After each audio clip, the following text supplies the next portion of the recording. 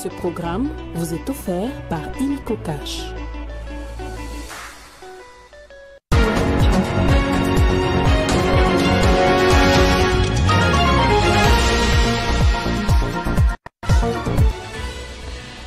Dans ce journal, coup de colère ce matin à Kinshasa, les Kinois sont descendus dans la rue pour manifester leur ras-le-bol contre la présence de troupes rwandaises sur le sol congolais. Et la police intervient pour encadrer les manifestants et sécuriser la ville. Dans ce journal, nous parlerons également de l'adresse du chef de l'État Félix Tshisekedi à la nation ce mardi. Au menu, la situation sécuritaire dans l'est de la RDC, principalement à Goma, où le rebelle soutenu par le Rwanda tente de prendre la ville. En sport, CAN Maroc 2025, la RDC connaît désormais ses adversaires. Logés dans le groupe D, les Léopards de la RDC affronteront le Sénégal, le Bénin et le Botswana. Madame, Monsieur, bonjour et merci d'être avec nous sur Télé 50. Vous avez certainement rencontré des difficultés pour vous rendre au travail ce matin. Pour cause, des milliers de Kinois sont descendus dans la rue ce mardi pour manifester leur colère contre la guerre dans l'Est en général et dans la ville de Goma en particulier. Suite à cette manifestation des colères contre l'agression rwandaise, plusieurs écoles ont renvoyé les élèves. Ces Kinois ont pris d'assaut les coins et recoins de la capitale, paralysant ainsi la circulation routière. Ils dénoncent les velléités expansionnistes du régime de Kigali en RDC. Dans l'autre temps, les éléments de la police sont déployés pour l'encadrement des manifestants et la protection des personnes et de leurs biens. Damaris Kayembe et Dieu merci Mukondola. La tension est montée d'un cran au centre-ville de Kinshasa. La population manifeste son ras-le-bol face à la situation qui prévaut dans l'est du pays avec la reprise de combat entre l'armée régulière et les rebelles du M23 soutenus par le Rwanda. La capitale congolaise a connu une matinée agitée ce mardi, marquée par une mobilisation populaire en réponse à des appels à une journée ville morte diffusée sur les réseaux sociaux. Dès l'aube, des manifestants ont bloqué plusieurs artères principales, brûlant des pneus et empêchant la circulation des véhicules et des motos qui étaient en service. Seuls les piétons détenant de feuilles de rameaux en signe de deuil et véhicules contenant des militaires à bord pouvaient dépasser les barrières installées dans plusieurs artères principales de la capitale. Nous sommes en pleine marche de soutien aux FARDC et la population victime de l'Est. Toute la population de Kinshasa s'élève comme un seul homme. Très énervée, la population kinoise ont pris d'assaut quelques ambassades de différents pays, notamment celle du Rwanda, de la France, des États-Unis et de la Belgique. Nous avons une ambassade de France, une ambassade de Rwanda, l'ambassade de La police, quant à elle, était fortement déployée dans différents coins mouvementés de la capitale pour l'encadrement des manifestants et la protection de personnes et de leurs biens. Pendant ces temps, l'armée loyaliste reste déterminée à reprendre le contrôle total de la ville de Goma en proie à l'insécurité en raison de l'activisme du M23 et de ses alliés, le Rwanda. De l'autre côté, le ministère de l'Enseignement supérieur et universitaire, chapeauté par la professeure Marie-Thérèse Sombo, a dans une autre circulaire déclaré la journée de jeudi 30 janvier 2025, journée sans cours et consacrée aux activités patriotiques au sein de tous les établissements de l'enseignement supérieur et universitaire dans le cadre de la mobilisation nationale, de la protection au soutien aux forces armées de la République démocratique du Congo. Le président de la République, Félix Tshisekedi, va s'adresser à la nation incessamment sur justement la situation sécuritaire qui prévaut dans l'est du pays. C'est ce qu'a annoncé le président de l'Assemblée nationale, Vital Kamerhe, à l'issue d'une réunion interinstitutionnelle présidée par le chef de l'État. Je vous propose de l'écouter. Aucun centimètre de la terre congolaise ne sera cédé aux ennemis du peuple congolais et le président de la République, Félix-Antoine Tshisekedi, reste intransigeant quant à ce. C'est lundi 27 janvier 2025, à son bureau de la Cité de l'Union africaine, le chef de l'État a tenu une réunion interinstitutionnelle consacrée à la situation de l'Est du pays, alors que les FARDC ont déjoué la tentative de la prise de la ville de Goma par les terroristes du M23 soutenue par l'armée rwandaise. Nous avons, comme vous vous en doutez, parlé essentiellement de la question à l'est de la République démocratique du Congo. C'était une évaluation de la situation qui prévaut à l'est et particulièrement dans la ville de Goma. Nous tenons ici, au nom du président de la République, à féliciter la population du Nord Kivu, les vaillants combattants des forces armées de la République démocratique du Congo et les Wazalendo.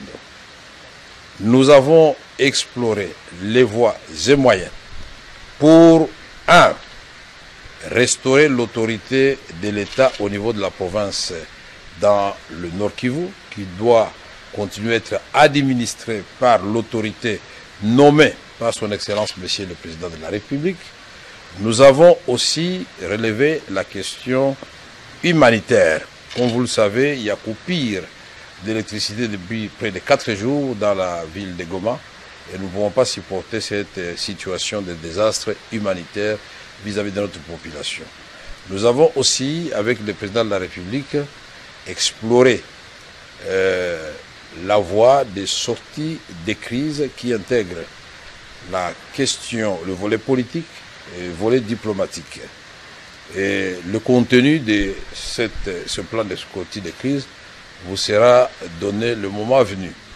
Enfin, nous vous informons que le président de la République, c'est comme ça que nous n'entrons pas dans beaucoup de détails, va s'adresser à la nation. Pour l'heure, le peuple congolais est appelé à l'unité et au soutien du président de la République dans sa détermination de restaurer la dignité de tout le peuple congolais. Face à l'agression rwandaise, l'Assemblée nationale a recommandé dans une déclaration la réorganisation du commandement militaire de la province du Nord Kivu au niveau du secteur opérationnel et de la région militaire.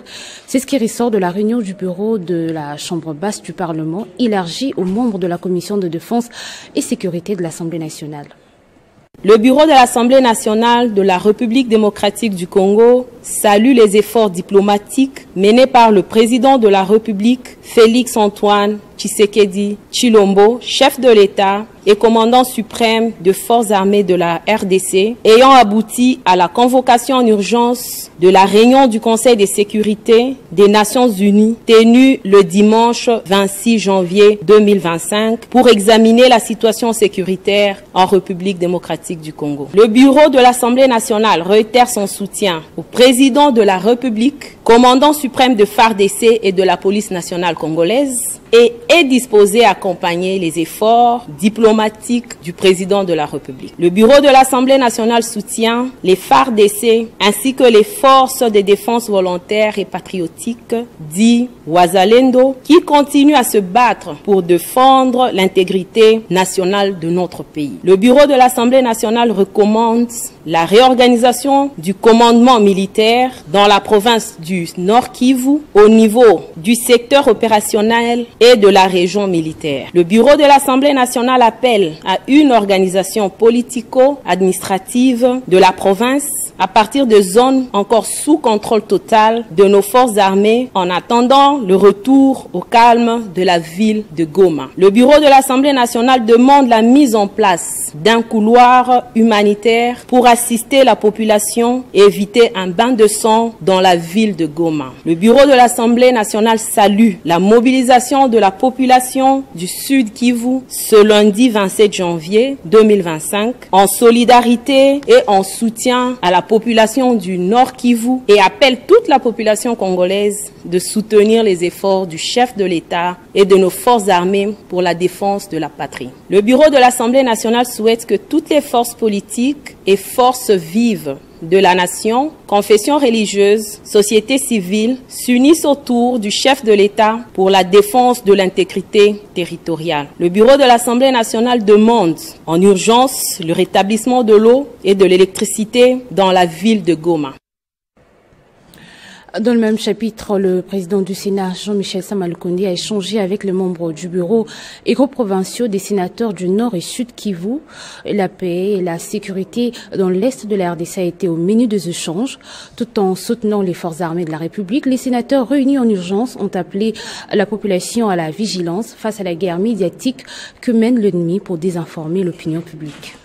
Autour du président de la Chambre haute du Parlement, Jean-Michel Sama Lukonde, les membres du bureau du Sénat, les sénateurs de la Commission Défense et Sécurité, ainsi que les groupes provinciaux composés des sénateurs du Nord et Sud Kivu ont eu ce lundi 27 janvier 2025 une importante séance de travail pour scruter la situation sécuritaire marquée dans l'Est de la RDC par l'incursion des agresseurs rwandais et leurs supplétifs du M23 dans la ville de Goma. Il était question, lors de cette réunion, de poser les différentes possibilités de soutien que le Sénat peut apporter au voyant FARDC et au commandant suprême des forces armées de la République, Félix Antoine Tshisekedi Tshilombo, au regard de l'évolution de la situation sur les terrains des opérations. Nous avons échangé sur les différentes possibilités de soutien que le Sénat peut apporter aux institutions en place. Et sur ce, nous aimerons relever ici que nous tenons à féliciter son Excellence le chef de l'État pour sa diplomatie agissante qui a permis aujourd'hui de montrer à la face du monde l'implication et la responsabilité du Rwanda dans la débâcle que vit l'Est de notre pays.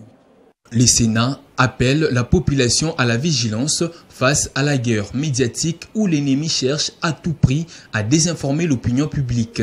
Nous voulons une fois de plus appeler notre population à être vigilante et de faire attention à la guerre médiatique qui est en train d'être menée parce que c'est par là que commencera au fait la démobilisation qui pourra ouvrir encore grandement la porte à nos ennemis. Cette séance de travail suit celle que le speaker de la Chambre haute du Parlement, Jean-Michel Sama Lukonde, avait présidée le jeudi 23 janvier dernier avec les sénateurs membres des groupes provinciaux du Sud et Nord Kivu.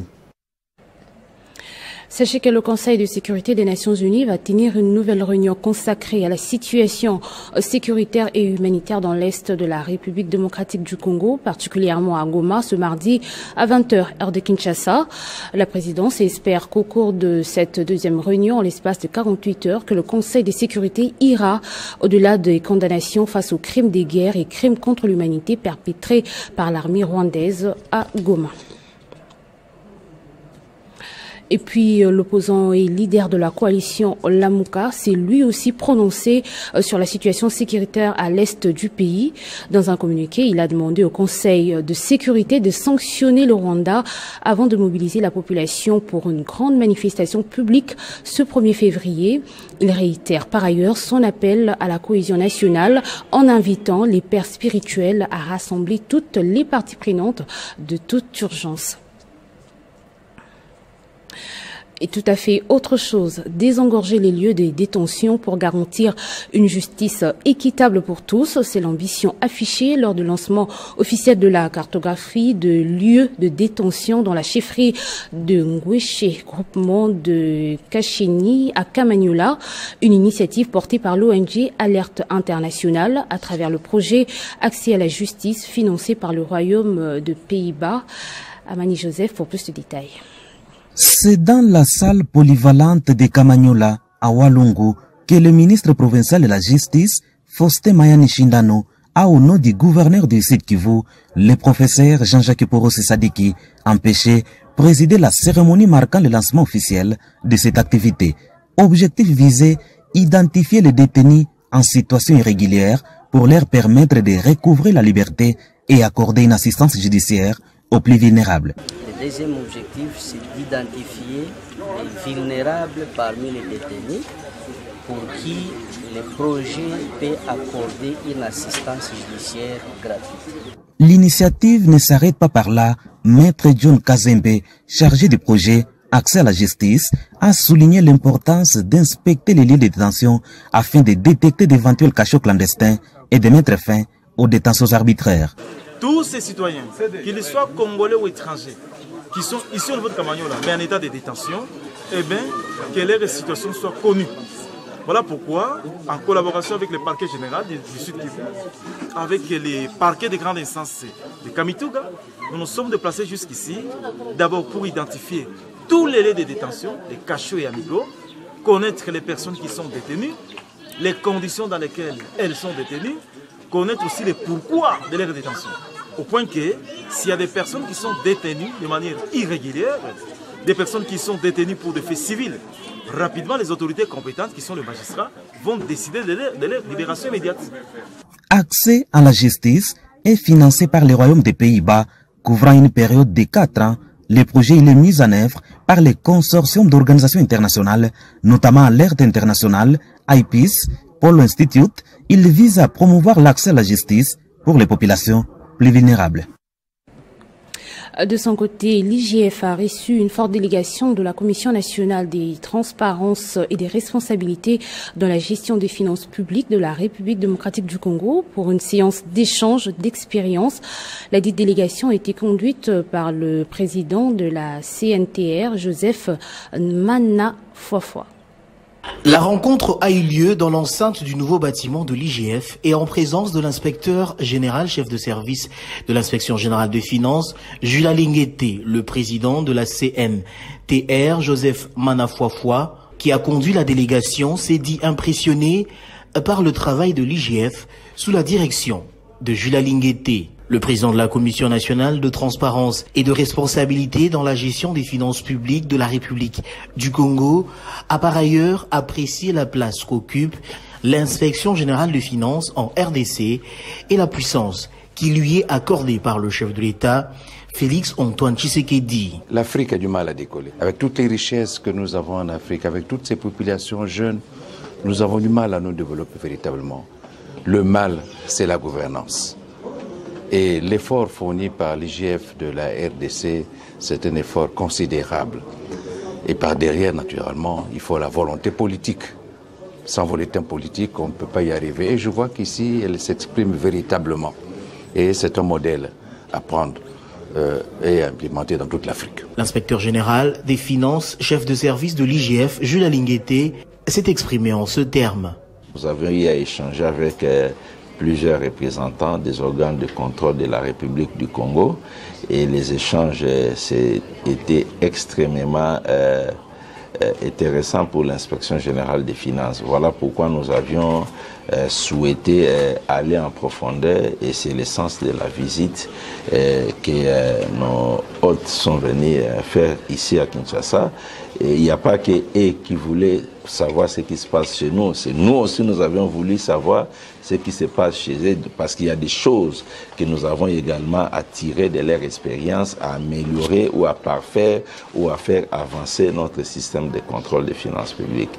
Donc ça a été un grand plaisir et une bonne expérience. Pour lier l'utile à l'agréable, la délégation de la CNTR a remis un cadeau au chef de service de l'IGF, symbolisant la coopération entre ces deux institutions de contrôle des deux républiques sœurs. Parlons à présent de cette double cérémonie à l'Institut supérieur de technique médicale de Kindu, celle de remise des diplômes de master en partenariat avec l'Université Sorbonne Paris-Nord de la France et la pose de la première pierre de la construction d'un bâtiment de 3 niveaux. Cette cérémonie s'est faite en présence de la ministre de l'Enseignement supérieur et universitaire, professeure Sombo Marie-Thérèse. L'Institut supérieur des techniques médicales de Kindu a procédé à la remise des diplômes des masters aux grands apprenants de l'Université Sorbonne Paris-Nord de la France le mardi 21 janvier 2025. C'est dans l'amphithéâtre Mouindou Zangui que la cérémonie d'octroi des diplômes a eu lieu. Devant la ministre de l'Enseignement supérieur et universitaire, Marie-Thérèse Sombo. Dans son mot de bienvenue, le professeur Léon Cyprien Ngandou, directeur général de cet alma mater, précise que 27 lauréats ont été lancés dans le marché d'emploi à la suite de la collation des grades qui avait eu lieu le mois de juillet 2024. À cette occasion, le directeur général, le professeur Léon Cyprien Ngandou, invite cette première promotion en master à l'ISTEM Kindu de présenter valablement leur institution. C'est un sentiment d'un travail bien fait. d'un travail accompli, c'est la joie. Quand vous vous fixez un objectif et vous l'atteignez, le premier sentiment, c'est la satisfaction. C'est comme une femme qui attrape une grossesse. Et quand il arrive à la maternité, vous n'avez jamais peut-être assisté. La femme, avant l'accouchement, il pleure de douleur. Dès que l'enfant sort, la première question qu'il pose, où est mon enfant? C'est ça l'enfant. Donc, elle oublie tout. Retenez que la ministre des Lessus, Marie-Thérèse Sombo, a posé la première pierre de la construction d'un bâtiment de 3 niveaux qui abritera les bureaux administratifs, les auditoires et des salles de réunion. Direction le Lualaba où Fifi Masuka Saini a fait la ronde de quelques chantiers de sa province. Accompagné de son ministre des Infrastructures, Fifi Masuka Saini a été sur la route nationale numéro 39 où les travaux de pose de la couche de roulement évoluent à grande vitesse. L'autorité provinciale s'est ensuite rendue au village Kakenya dans le territoire de Muchacha où elle a pris soin de constater la fin de travaux de la construction de l'école moderne du coin en appui à la politique éducationnelle du président Félix Tshisekedi. Politique de gestion, la gouverneure du Lualaba accorde une place de choix à la communication et à la presse, sans laquelle les actions de son gouvernement resteraient muettes et invisibles. Tout le monde parle aujourd'hui du Lualaba d'une manière positive. Voulant s'imprégner de l'avancement des travaux de plusieurs infrastructures dans sa juridiction sous une pluie fine, avec l'amertume dans l'âme, suite au dessus sur les champs d'honneur de son collègue du Nord Kivu, la chef de l'exécutif provincial du Lualaba a effectué samedi 25 janvier 2025 une visite d'inspection. Le pont du départ était l'oncle de l'avenue Sogefort et la route nationale numéro 39 où la construction d'un grand collecteur devant canaliser toutes les eaux et dont l'objectif est de protéger cette artère de grande importance, très écœurée par l'ébouchage des voies de canalisation dû aux immondices jetés par les populations riveraines. Fifi Masuka Saini a haussé les tons pour inviter les Colossiens au changement de mentalité afin de protéger les biens publics. La gouverneure Masuka, quelques sénateurs, députés nationaux et provinciaux, ainsi que quelques membres de son gouvernement, ont pris la direction du village Kangeya, groupement Moussokantanda, dans les territoires de Muchacha, pour échanger le vœu de nouvel an avec la population de cette partie de Lualaba. L'échange entre la population et la seule femme gouverneure de la RDC était teinté d'un amour réciproque.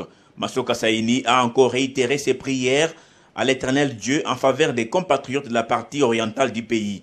Pour elle, en dépit des circonstances actuelles, la République démocratique du Congo va vaincre définitivement cette agression rwandaise.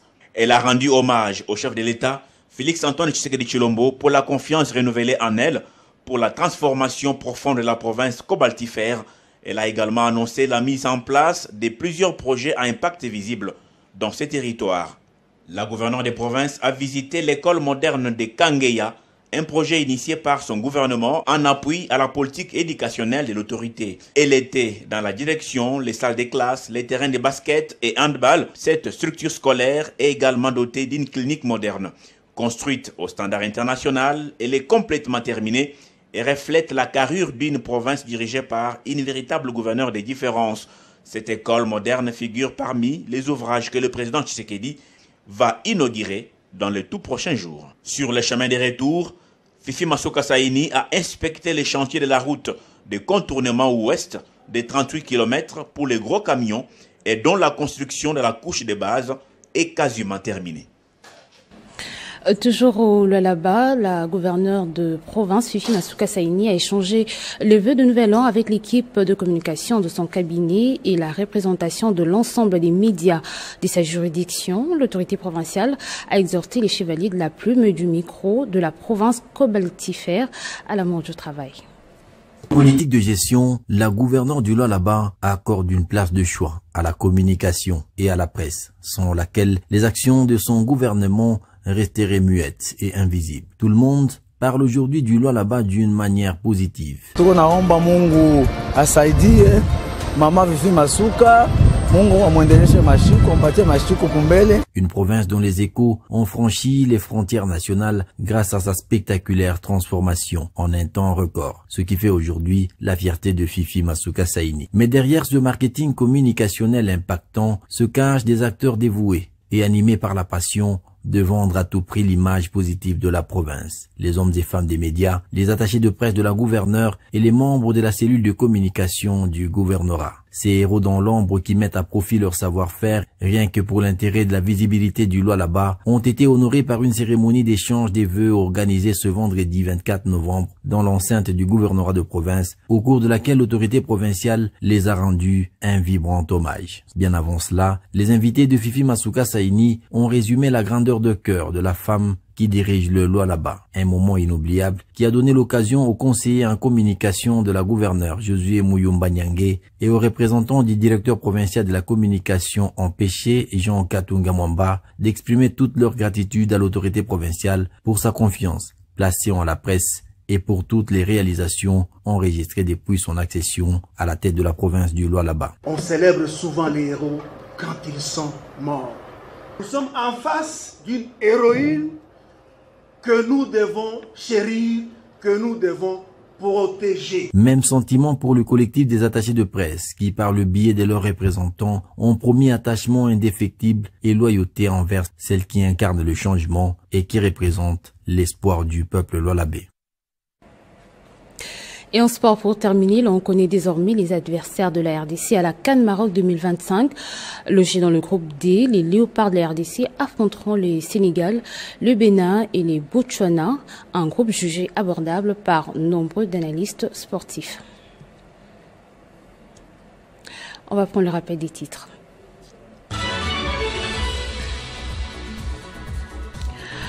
Coup de colère ce matin à Kinshasa, les Kinois sont descendus dans la rue pour manifester leur ras-le-bol contre la présence de troupes rwandaises sur le sol congolais.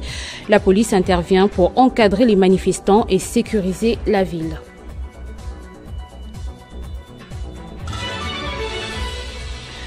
Le chef de l'État, Félix Tshisekedi, s'adresse à la nation ce mardi.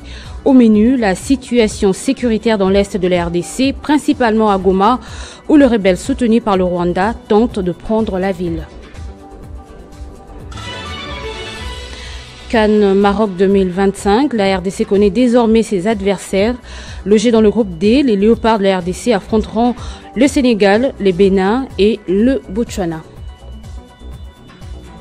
Que disent le journaux parus ce jour à Kinshasa, la revue de presse avec Héritier Ntambo.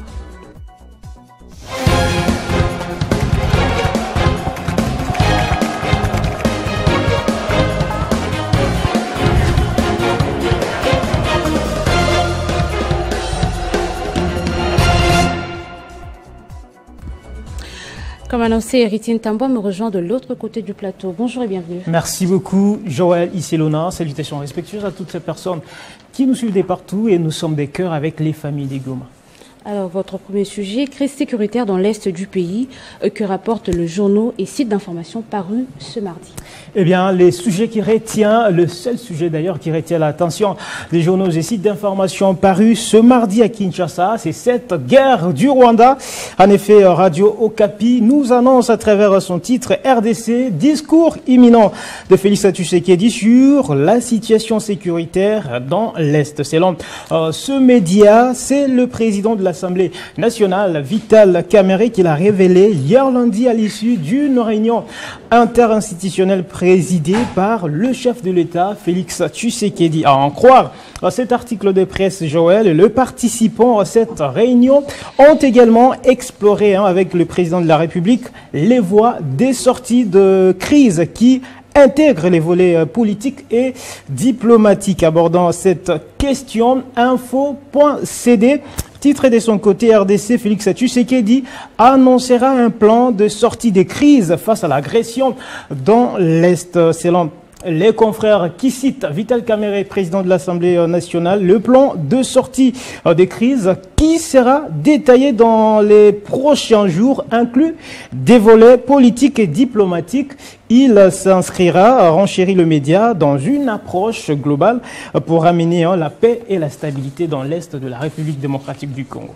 Vous parlez également de la situation sécuritaire à Goma. Tshisekedi ne participera pas au sommet de l'EAC, écrit Média Congo. Absolument. Et face à cette dégradation de la situation sécuritaire dans l'Est de notre pays, le président kenyan Ruto a convoqué un sommet de la communauté des États de l'Afrique de l'Est à Nairobi. comme il fallait s'y attendre. Commente ce site d'information. Le chef de l'État congolais, Félix Tshisekedi, ne fera pas les déplacements de Nairobi, a déclaré sa porte-parole Tina Salama. Digital Congo, un autre média, puis j'en termine là-dessus. Digital Congo qui écrit de son côté un sommet extraordinaire de l'EAC sur la situation à Goma. Tshisekedi salue l'initiative de William Ruto, mais refuse de s'y rendre. Selon ce média, plusieurs dirigeants au sein de l'EAC ont refusé de condamner l'agression rwandaise en RDC, Joël, à l'exception notamment de la République du Rwanda. Ces pays sont perçus en majorité, note le rédacteur de cet article des presses, comme des soutiens de Kigali, de Paul Kagame. Voilà qui va mettre fin à notre revue de presse de ce mardi, Joël Isselona. Merci Ritine Tamba pour tous ces détails. Et je vous en prie. Fin complet de cette session d'information. Merci à vous tous de l'avoir suivi. Pensée pieuse à tous nos compatriotes de Goma. Au revoir.